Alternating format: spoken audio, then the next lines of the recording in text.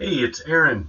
Today I'm going to answer three different questions from people. I haven't done a Q&A in quite a long time.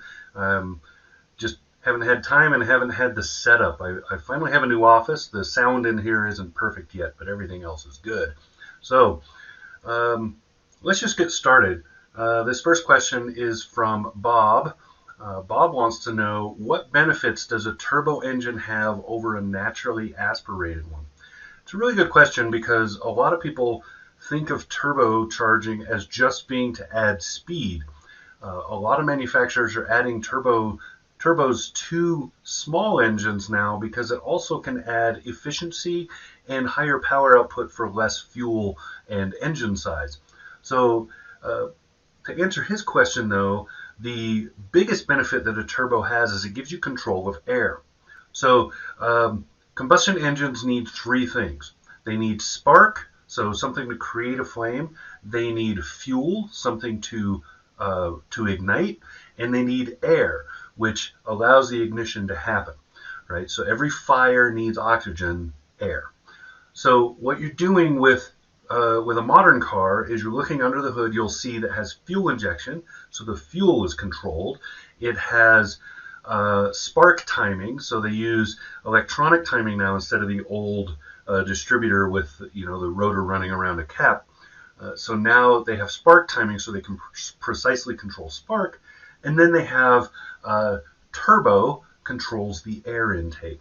So once you have control of those three things, you can tune the engine on the fly to do whatever it is you need to do, which is awesome because it allows a car manufacturer to program an engine literally so that in speed situations where the car is really accelerating, they can add more to it. They can boost that turbo and they can shove air in there and burn faster, which creates more power quickly.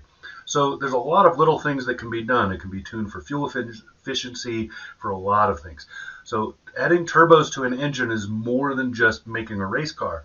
It's about controlling the airflow into the chamber to ignite. So really good question. I appreciate that, Bob.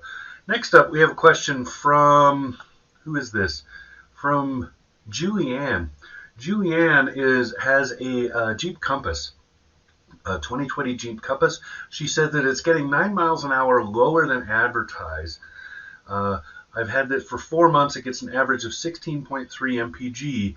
I find that unacceptable. So the issue here is she didn't clarify, and when I followed up, I didn't get any answers. So I'm assuming she's going off the combined fuel economy number and not the specific city or specific highway.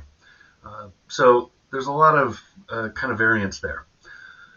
As I have tested pretty much every vehicle made for the last, say, 4 or 5 years, at least, and probably for the last 10. So I've driven pretty much every vehicle in mainstream production in the last 5 to 10 years, including the 2020 model year, including this Compass, not her specific one. What I can say unequivocally is it doesn't matter how I engineer the testing. I will never match the city highway testing on the EPA sticker, and I will never match the combined rating on that sticker. And there's a couple of reasons for that. Two big ones. One, way too many variables. You cannot control your the variables in city driving. So when you're driving in town, no way to control those variables. They do a very specific test, and it's done on a closed course, and it's done in a very specific way. We cannot replicate that without owning a course and being able to set up that exact same setup. A manufacturer can afford it. A guy like me, a person like you, we cannot. So you're never going to see those numbers. You're very likely to be much lower. And that's because their setup is pretty optimal. It's pretty perfect for a pretty perfect city driving situation. It doesn't have idle time, waiting for somebody at the curb. It doesn't have waiting at stoplights 2 or 3 times because it's rush hour. It doesn't have extreme variances in speed on the same road, right? Where maybe you suddenly have to slow down or speed up. It doesn't have those things. It's all done in a very, very methodical way, which does not really match real life.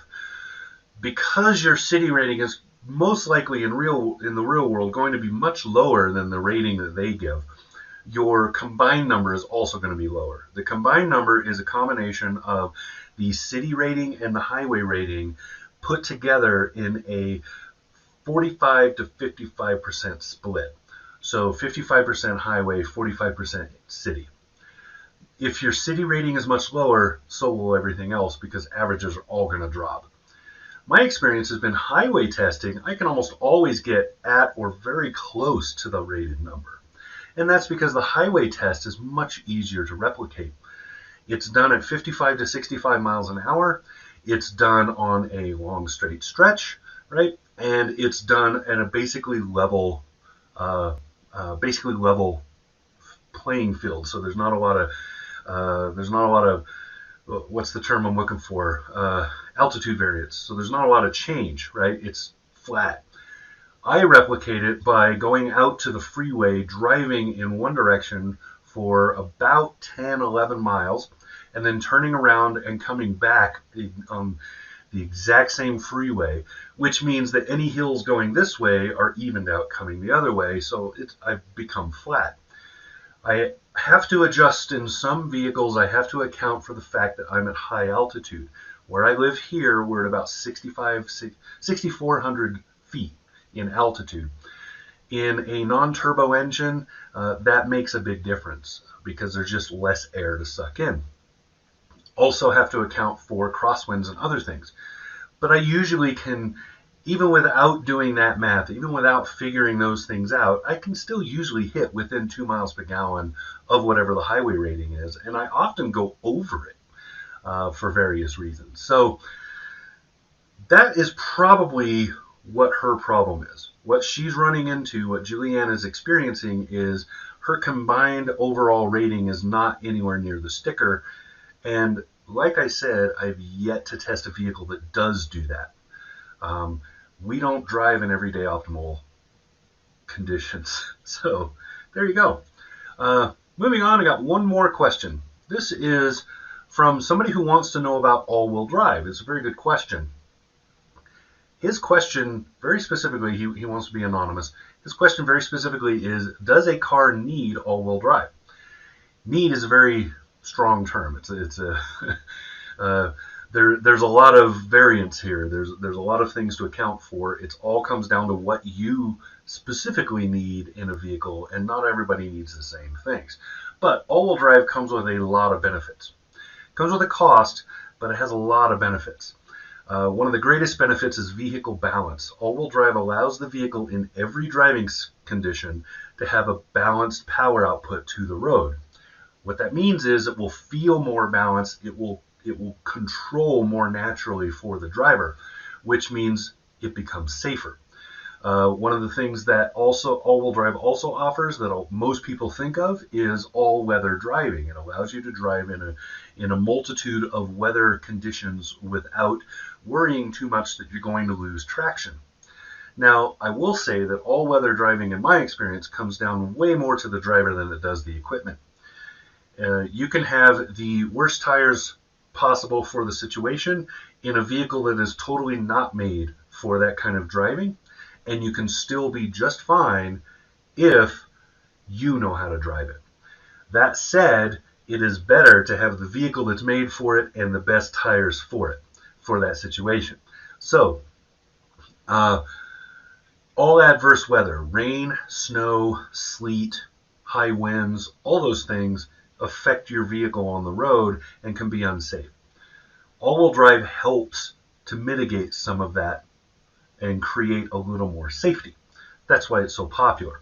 But all-wheel drive also just makes the car a better handling car in all driving situations, unless you're trying to do burnouts or something. So it's very effective.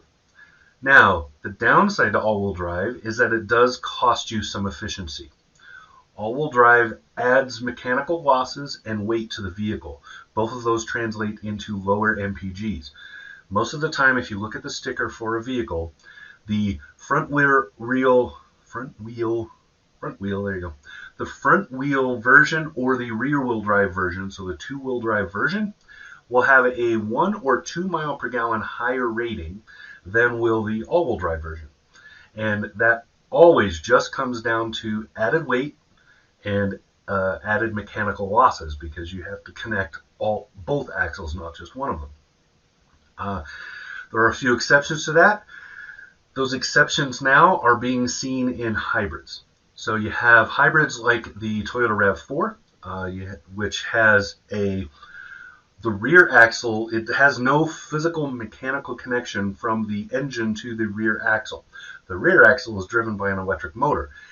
This adds far less weight and almost totally mitigates that mechanical loss. So it doesn't get rid of all of it, because there is some loss just because nothing is perfect. You're going to have some sort of, occasional time where the wheels aren't turning, all 4 wheels aren't turning in perfect tandem or something. There's always going to be some sort of loss, but the loss is very, very minimal in that sort of system. And I'm now seeing more and more of that type of system on the market. It's happening in more than one manufacturer. People have figured out, holy crap, this is really brilliant. This works way better, and in the end is probably cheaper than another option. So there you go. That's 3 questions answered today. I have more coming. Just keep your eye out. I'll keep doing these Q&A videos, and that's it. Talk to you again soon.